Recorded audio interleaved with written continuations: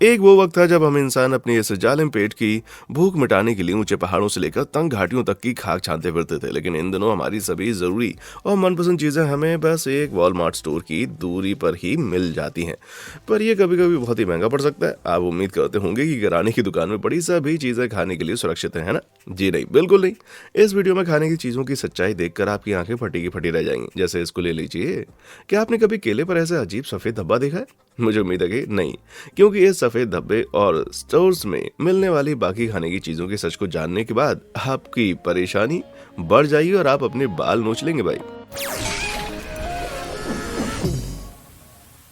तो जनाब, ये अजीब छोटे टीले असल में हैं क्या, और आपको क्या इनसे डरना चाहिए? दोस्तों, ये छोटे सफेद टीले दरअसल मकड़ियों के घोंसले हैं, और वो भी कोई ऐरी गैरी मकड़ी का नहीं, बल्कि ब्राजीलियाई वॉन्डरिंग मकड़ी का, जिसे दुनिया की सबसे जहरीली मकड़ी कहा जाता है। उनका काटना इतना जहरीला होता है कि पलक झपकते नर्वस सिस्टम पर वार करता है, जिसमें मतली, धुंधली नजर, शरीर में तेज दर्द और फिर आखिर में मौत तक हो सकती है। अरे यार, ये तो लगभग मेरे हैंगओवर जैसा हुआ। आप शायद उन्हें कभी अपने मूल घर दक्षिण अमेरिका के बाहर पाएंगे, लेकिन अंधेरे में और नम जगह में छुपना पसंद करने के कारण वे कभी कभी अपना डेरा केलों के ऊपर भी डाल दिया करते हैं, और फिर उनके सच्चे हम सफर बनकर वहां पहुंच जाती हैं जहां केलों को भेजा जाता है, मतलब कि ग्रोसरी स्टोर से होकर सीधे फिर आपके घर। अजी 2013 में तो एक ब्रिटिश फैमिली को अपने लंदन का घर खाली करना पड़ा था, क्योंकि दर्जनों ऐसी मकड़ियों ने उनके घर को पूरा कब्जा लिया। हुआ यूं कि 29 साल की महिला कौन से टेलर एक केला खाने वाली थी कि तभी उसकी नजर केले पर एक अजीब सफेद धब्बे पर पड़ी। पहले उसे लगा कि ये एक मोल्ड है, लेकिन जैसे ही उसने करीब से इसको जांचा तो लाखों छोटी मकड़ियों को टेबल पर गिरते और इधर उधर भागते हुए ओहो देख कर ना उनका खौफ के मारे पसीने छूट गए। टेलर डर के मारे वहां से बाहर भागे और उसने बिना देरी किए बचावकर्ताओं से मदद मांगी। अच्छी बात यह है कि अपने घोंसलों में भी इस प्रजाति की 500 मकड़ियों में से बस एक ही एडल्टहुड तक पहुंच पाती है, और उनके नुकीले दांत इतने मजबूत भी नहीं होते कि किसी इंसान के मांस को खा सकें।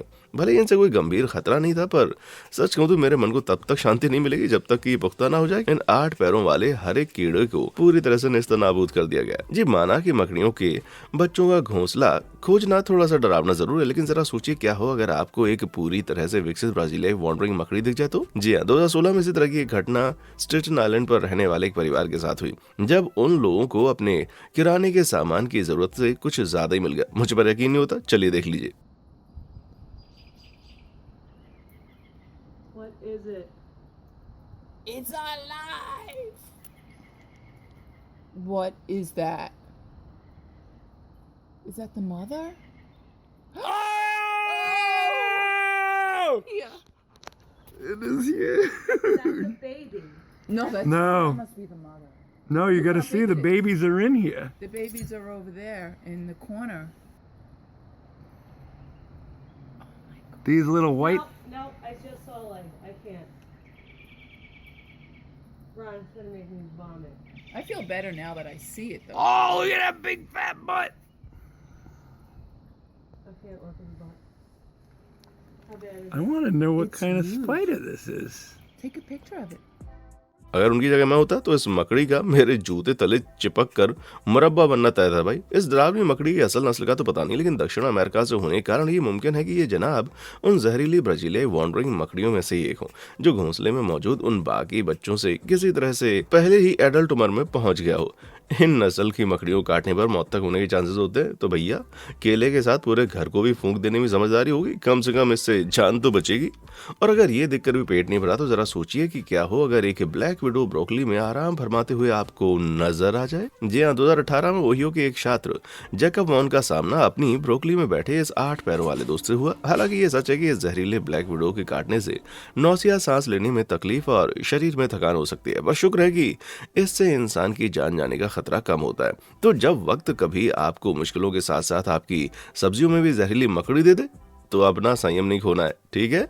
और खुशकिस्मती से डरावनी कहानी एक अच्छा मोड़ लेकर खत्म हुई, और पास की एक एनिमल सेंचुरी को खबर करने के बाद जैकब के इस स्पाइडर दोस्त को वहां पर ले जाया गया, जहां ओहियो की सेकंड चांस सेंचुरी द्वारा इसे एक प्यारा सा ब्रोकली नाम भी दे दिया गया। अपनी ब्रोकली में ब्लैक विडो का मिलना शायद ही कहीं पर आम बात हो, बल्कि सभी चीजों में से आपको अपने फ्रोजन ब्रोकली को खराब करने वाले एफिड्स नाम के छोटे कीड़े मिलने की बहुत ज्यादा संभावना है, क्योंकि एफडीआई हर 10 ग्राम ब्रोकली में 60 एफिड्स की कीड़ों की मौजूदगी की इजाजत देता है। ये छोटे क्रिएचर्स बगीचों को तबाह करने में सबसे आगे होते हैं, और वहां से ये आपके ब्रोकली के साथ आपके घरों तक पहुंच जाते हैं और आखिरकार फिर आपके पेट में। पर मेरा यकीन मानिए, ये खाने वाली चीजों में पाई जाने वाली भद्दी चीजों की तुलना में कुछ भी नहीं है दोस्तों। संतरे की मुफ्त सवारी। संतरा दुनिया का 5वां सबसे ज्यादा पसंद किया जाने वाला फल है। कहते हैं कि इसके खाने से नरम स्किन और दिमाग तेज होते हैं। इसके अलावा कोलन कैंसर जैसी बीमारी होने का खतरा भी कम होता है। इसलिए इसमें हैरानी की कोई बात नहीं है कि संतरे हमारी भूख को कभी खत्म नहीं कर पाई। पर जरा रुक जाओ, अब आप बाल्टी लेकर इस फायदेमंद और स्वादिष्ट फल की खरीदारी के लिए निकल पड़े हैं तो उससे पहले आप हसन अली की एक कहानी जरूर सुनना चाहेंगे। मेरे दोस्त, 2014 में हसन ने कुछ रसीले संतरे ब्रिटिश के एक किराना स्टोर से खरीदे।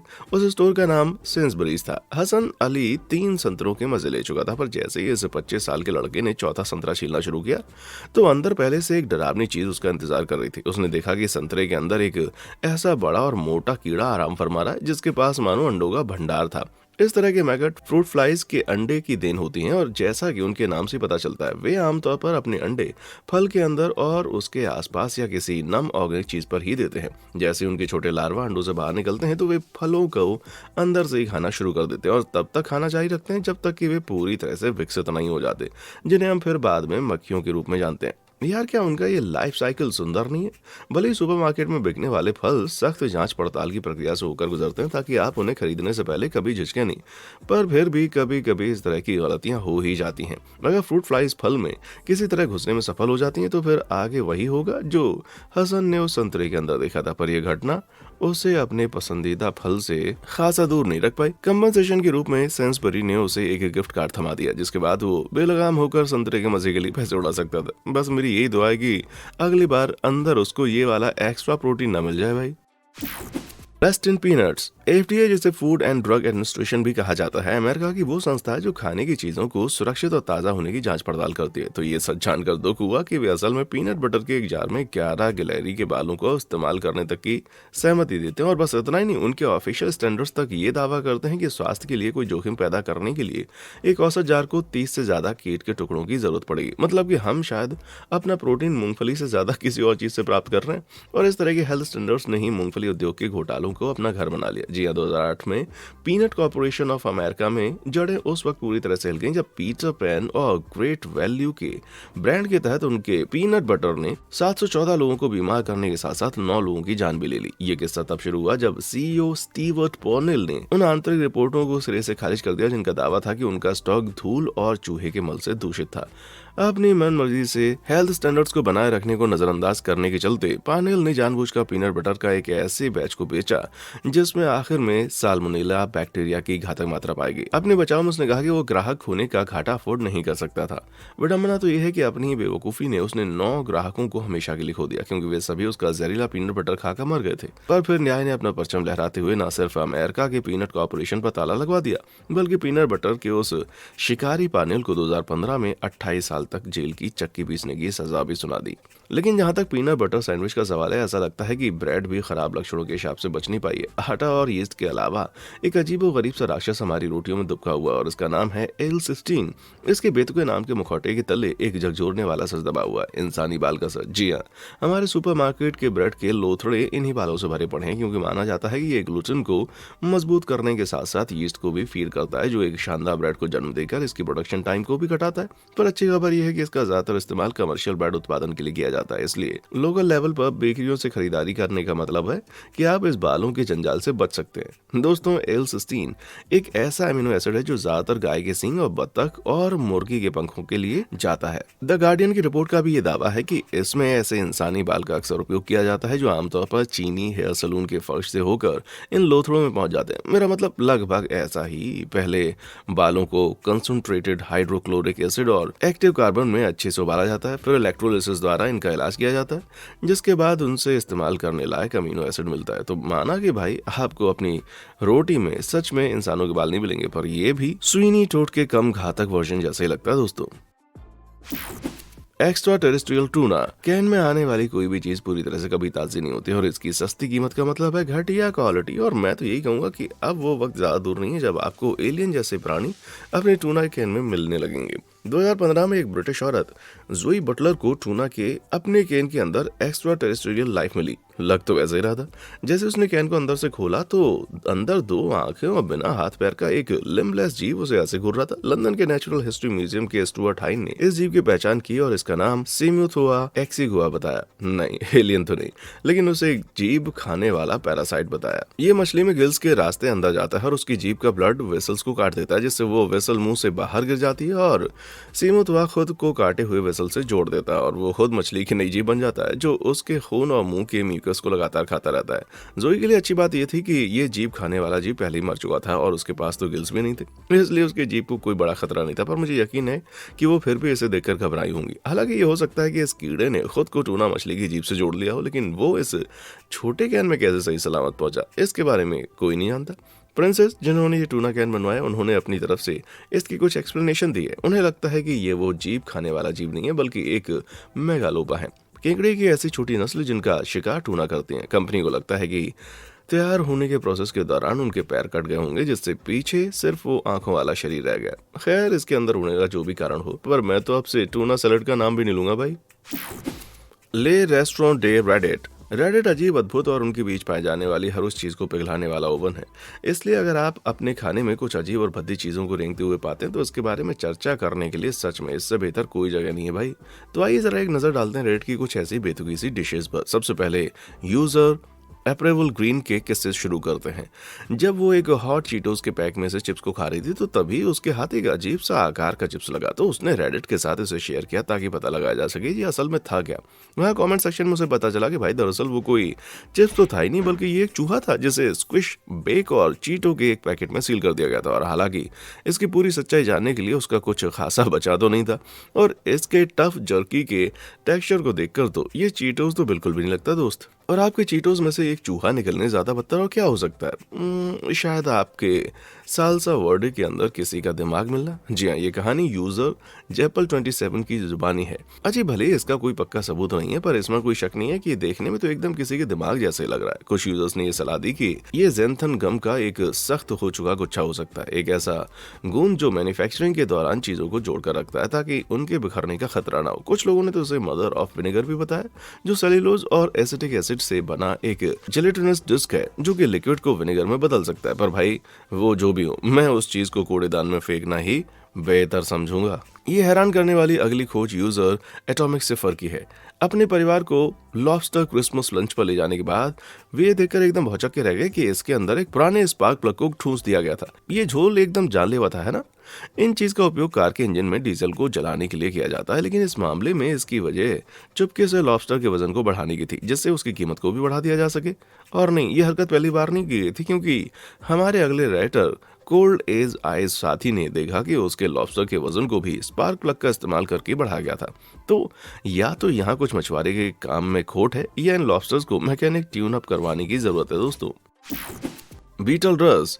जब कैंडी की बात आती है तो हम सभी इसके हाई शुगर कंटेंट के बारे में तो जानते हैं, लेकिन क्या इसमें कोई दूसरी चीज भी ऐड हो सकती है जिसमें हमें सावधानी रखने की जरूरत है? सच कहूं तो हाँ, शेल एक व्यंजन का वो प्रकार है जो बाहर से चमकदार, साफ और थोड़ा सख्त बनाने के लिए जेली बीन जैसे कैंडीज में इस्तेमाल किया जाता है। पर दोस्तों, इस बेरुखी से धोखा न खाएं, क्योंकि शेले का असल में एक बक पूप होता है। जी हाँ, फीमेल लेग का बक, वो मल जो इंडिया और थाईलैंड में भर भर के पाया जाता है। उसके मल को सीधे पेड़ की शाखाओं से उखाड़ा जाता है और फिर उसे एक खास टेम्परेचर पर पिघलाया जाता है, और फिर ठंडा हो जाने पर ये ऐसे शेले की पतली चपटी शीट्स में बदल जाता है। माना जाता है कि ये रेयर एंड रेसिन 13वीं शताब्दी में खोजा गया था, और इसका इस्तेमाल लकड़ी के वार्निश करने से लेकर कॉस्मेटिक की चीजों तक और कॉर्न, हर्शे के वॉपर्स और टोotसी रोल्स जैसी कुछ कैंडीज में किया जा सकता है। मतलब हम एक कीड़े का मल कैंडी समझकर धड़ाधड़ ठूंसे जा रहे हैं। वाह भाई। और दोस्तों, ये भी पता चला है कि इन कैंडी में बक पोप के अलावा और भी कुछ हो सकता है, जैसे कि कोचिनियल बक के कुचले और उबले हुए शरीर भी इसमें होते हैं, जैसे कार्माइन या नेचुरल रेड 4 जैसे बड़े नाम देकर इन्हें हमें चेप दिया जाता है। ये एस्टिक विधि 5 शताब्दियों से भी ज्यादा पुरानी है, और कोचिनियल बक को पीस कर उबाल कर एक केमिकल सोल्यूशन का इस्तेमाल करके लाल रंग का पाउडर बनाया जाता है, और हम इसका इस्तेमाल फिर खाने में करते हैं। भैया 2009 से पहले स्किटल्स में तो शेलेक और कार्माइन दोनों मिलाए जाते थे। इसका मतलब है कि हम इनके अलग अलग रंगों का इतना स्वाद नहीं ले रहे थे जितना कि एक बग और उसके मल का। तेरी की कानों कान खबर लगे बिना किसी और का पीने का दूध चुराना एक शर्मनाक काम जैसा लगता है। फिर भी लगातार 6000 सालों से हमने बेझिझक होकर गाय के दूध को एक ग्लोबल इंडस्ट्री के रूप में बदल दिया है, जो कि लगभग 718 बिलियन डॉलर्स की है। हालांकि ऐसे लोग भी हैं जो दूध से एकदम परहेज करते हैं, लेकिन इसके बावजूद कंजम्पशन की संख्या फिर भी बढ़ रही है। विश्व स्तर पर हमने 544 मीट्रिक टन से भी ज्यादा दूध का इस्तेमाल 2021 में किया। किसी और के हक का दूध पीने की वजह के अलावा क्या हमारे पास कोई और ठोस वजह है जिसे जानकर हम डेयरी से दूरी बनाएं? जी हाँ, गाय तभी दूध दे पाती है जब उसका कोई बच्चा पैदा हो, और अरबों डॉलर इंडस्ट्रीज का कारोबार इसी पर निर्भर होने की वजह से ये बात पक्की है कि किसान हर रोज गाय से दूध पाने के लिए किसी भी हद तक जाएंगे। इसमें बार बार गायों को इंसीमिनेट करना तो आम बात है, और गाय की ऐसी बार बार प्रेगनेंसी ने उसे एक मेस्टाइटिस नाम की एक बीमारी भी हो सकती है। ये न केवल गाय के लिए बुरा और दर्दनाक है, बल्कि इससे उनके दूध में खून और पस की मिलावट हो सकती है, लेकिन हमेशा इतनी ज्यादा मात्रा में नहीं कि उसका पता लगाना, उसे छानना हमेशा आसान हो जाए। हालांकि मेस्टाइटिस दूध का इस्तेमाल फिर भी किया जाता है, क्योंकि एफडीए अमेरिका में हर 1 लीटर दूध में 750 मिलियन पस सेल्स होने पर कोई रोक नहीं है, जबकि ऑस्ट्रेलिया में इन सेल्स की कोई लिमिट नहीं है। और अगर इससे भी आपको उल्टी का मन नहीं हुआ तो शायद अगली बात से हो। दोस्तों, 2016 में ये बताया गया कि ऑस्ट्रेलिया में एक किराने की दुकान कोल्स को अपने दुकान से सारे दूध को बाहर फेंकना पड़ा, क्योंकि उसमें गाय के गोबर की थोड़ी नहीं बल्कि बहुत ज्यादा मात्रा पाई गई थी। गाय की दिन में गोबर हगने की क्षमता, और साथ ही साथ इस बात को ध्यान में रखते हुए कि जानवर पूरे दिन मशीनों से जुड़े रहते हैं, तो इस बात से इनकार नहीं किया जा सकता, ये बिल्कुल आम बात है।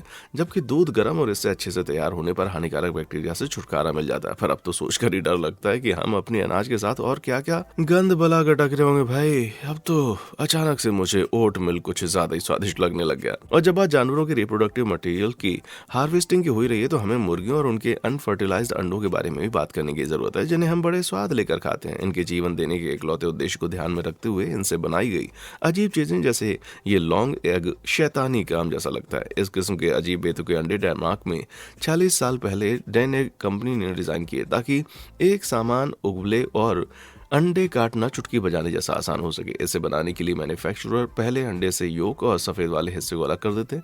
अंडे की सफेदी को पहले एक खाली सिलिंड्रिकल ट्यूब में पकाया जाता है, जिसके बीच में से एक होल होता है, जिस होल में फिर योक को इंजेक्ट कर दिया जाता है, ताकि खाने के लिए काटने पर वो पूरी तरह से बराबर अंडे की तरह ही दिखे। माना जाता है कि अभी भी 100% अंडा ही है, पर सच्चाई जानकर मेरा मन अब खराब हो गया भाई। ये तो बड़ा फिशी है। जब से इंसान ने इस धरती पर कदम रखा है, तब से शराब उसके जिगर का एक टुकड़ा बनी हुई है। मेरा मतलब है, जीसस भी एक ठंडे ग्लास से इनकार नहीं कर सकते हैं क्या? हमारे शाश्वत बूज क्रूज को 7000 BC से पहले का माना जाता है, लेकिन जहां तक शराब की बात है, फिर चाहे आपको लाल पसंद हो, सफेद या फिर रोज, पर उन सभी के साथ कुछ तो गड़बड़ हो ही रही है, एकदम फिशी। आपको शायद लगता होगा कि आपका वेनो सिर्फ फर्मेंटेड अंगूर के रस से बना होता है ना? जी हाँ, ये कुछ हद तक सच भी है, लेकिन फिर भी अक्सर शराब में इस्तेमाल होने वाली एक और गाढ़ी चीज मौजूद होती है, जिसे एजेंट ग्लास के नाम से जाना जाता है, जो ऐसे सब्सटेंस का एक तरह का कोड है जिन्हें मछली के सूखे स्क्विड ब्लेडर से निकाला जाता है। क्या कहा? और दोस्तों, इससे बदतर ये है कि इसकी कोई जरूरत भी नहीं होती है। इस सब्सटेंस का इकलौता काम वाइन को साफ करना और धुंधला बनाना होता है। ये वो चीजें जो कोई भी वाइन कुछ ही दिनों में अपने आप ही कर लेती है, लेकिन $1.8 ट्रिलियन वाला ये इंडस्ट्री इसका इतना इंतजार नहीं कर सकती, क्योंकि सच में इनके लिए समय ही पैसा है। इसीलिए वे इसमें तेजी लाने के लिए इस फिशी वे को ही चुनते हैं। मगर इसका मतलब ये भी नहीं है कि सभी वाइन में ऐसा कोई फिश ब्लैडर हो, लेकिन बहुत सारे यही करते हैं, जिससे हमारे शाकाहारी दोस्तों के लिए अपना अगला पैक पीना थोड़ा सा टेढ़ी खीर जैसा बन जाता है। पर दोस्तों, आप घबराइए मत, क्योंकि एक्सपर्ट्स का अभी भी ये दावा है कि बिना मछली ब्लैडर के अनफिल्टर्ड वाइन आज भी पीने के लिए एकदम मस्त चॉइस है। और सच कहूं तो कुछ ग्लास गटकने के बाद तो वैसे भी सब कुछ थोड़ा धुंधला लगने लगता है भाई। Nasty nuggets. 1963 में इंसानों को करारे और स्वादिष्ट चिकन नगेट्स खाने का मानो जैसे आशीर्वाद मिल गया, और इसका सारा श्रेय जाता है साइंटिस्ट रॉबर्ट सी बेकर को। तब से अमेरिकी लोग चिकन नगेट्स लगभग साल में 2.3 बिलियन की औसत से खाते आ रहे हैं, और ये औसत सिर्फ मैकडोनल्ड की है भैया। लेकिन दोस्तों, जरा रुक जाइए, क्या ये सच में चिकन है जो इस करारे बैटर के अंदर मौजूद है, या ये भी कोई बेवकूफ बनाने वाला झोली है जो कि पिंक कोब इंटरनेट लेजेंड हमें विश्वास दिलाते हैं? खैर, मैकडोनल्ड्स ने इन अफवाहों को खारिज कर दिया, और उनकी माने तो चिकन नगेट्स के अच्छे नाम को खराब करने की कोशिश थी। इंटरनेट पर इस तस्वीर को देखकर लगता है कि या तो ये कोई आइसक्रीम है जो स्क्रैप मास और अमोनियम हाइड्रोक्साइड का कोई मिक्सचर है, जो कि पालतू जानवरों के लिए इस्तेमाल किया जाता है। जी हाँ, ये इस बात पर निर्भर करता है कि आपको खबर देने वाले सूत्र कौन से हैं। इस बीच मैकडोनल्ड्स का ये भी दावा है कि उनके नगेट्स 100% चिकन ब्रेस्ट के बने होते हैं। हालांकि जब वो सामान ग्राउंड अप होता है तो ये सबसे भद्दा और बेकार दिखता है, जबकि सभी चिकन नगेट्स को बराबर नहीं बनाया जाता। और इसके साथ साथ कई ऑनलाइन प्लेटफॉर्म्स का दावा है कि दूसरे रेस्टोरेंट और दुकानों पर मिलने वाली नगेट्स में कुछ खास चीजें मौजूद हो सकती हैं, जैसे कि टेंडन्स, कनेक्टिव टिश्यूज, चर्बी और यहाँ तक की पिसी हुई हड्डियां भी इनमें हो सकती हैं, जिसका मतलब है कि चिकन नगेट्स में चिकन के अलावा और भी बहुत कुछ होता है भाई। लेकिन जहां तक बात मैकडोनल्ड की आती है तो इन नगेट्स के गुलाबी होने या बोने होने की चिंता इकलौती दोस्तों नहीं है। 2020 में एक ब्रिटिश माँ लॉरा आर्बर और अपनी 6 साल की बेटी को कुछ चिकन मैक नगेट्स खरीदने के लिए गई। ये एक मजेदार खाना लग रहा था, पर यह सिर्फ तब तक मजेदार था जब तक कि इससे उसका खाकर दम घुटना शुरू नहीं हो गया। लॉरा ने अपनी बेटी को उल्टी करने के लिए कहा और जो बाहर आया उसमें नीले रंग के धब्बे देखकर वो चौंक गई। उसे जल्दी ये पता चल गया कि ये और भी डरावना और जानलेवा हो सकता था, क्योंकि एक नीले रंग का फेस मास्क उन नगेट्स में बेक कर दिया गया था। आइए देखते हैं कि क्या हुआ जब लॉरा ने उन नगेट्स के बीच में से एक को काट कर देखा।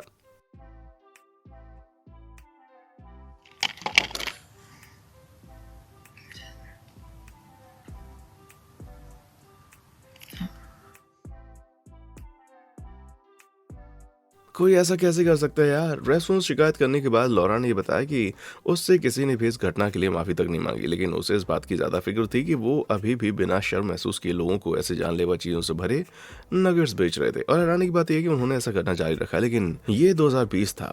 ये शायद उनके हैप्पी मील का कोविड एडिशन हो। इस फेस मास्क से बने नगेट्स की असली कहानी एक राज बनकर ही रह गई। शायद ये फेस मास्क मांस पीसने या नगेट्स काटने की प्रक्रिया के दौरान किसी वर्कर से गलती से गिर गया हो। ये चीज उन एंटी मास्कर्स के लिए आग में घी डालने काम करती है, जिनका दावा है कि सरकारें जबरदस्ती हमारे गले के नीचे मास्क ठूंस रही हैं। ओह मैकडोनल्ड, ये तुमने क्या कर दिया भाई।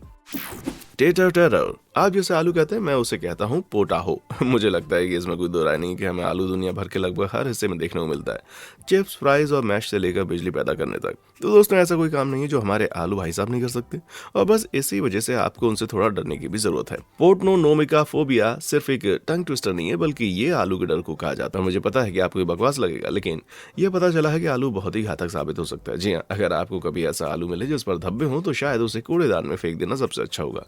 इन हरे आलूओं में एक जहरीला केमिकल हो सकता है जिसे सोलनिन भी कहते हैं, और आपको लगता होगा कि इससे सिर्फ नुकसान तभी हो सकता है जब कोई इसे आपके सिर पर धड़ाम से दे मारे। पर भैया ये छोटे हरे दाग वाले आलू उससे बहुत ज्यादा नुकसान पहुंचा सकते हैं। जी हाँ, नौसिया, उल्टी और सिरदर्द से लेकर लगातार बहते दस्त तक। पर ऐसा होता क्यों है? ये असल में सूरज की ज्यादा तेज धूप पड़ने से होता है। सूरज की रोशनी में रहने से आलू क्लोरोफिल पैदा करते हैं, वो पिगमेंट जो आलू को थोड़ा हरा कर देता है। पर ये अपने आप में कोई नुकसान नहीं है, ये सोलनिन के होने का संकेत भी है।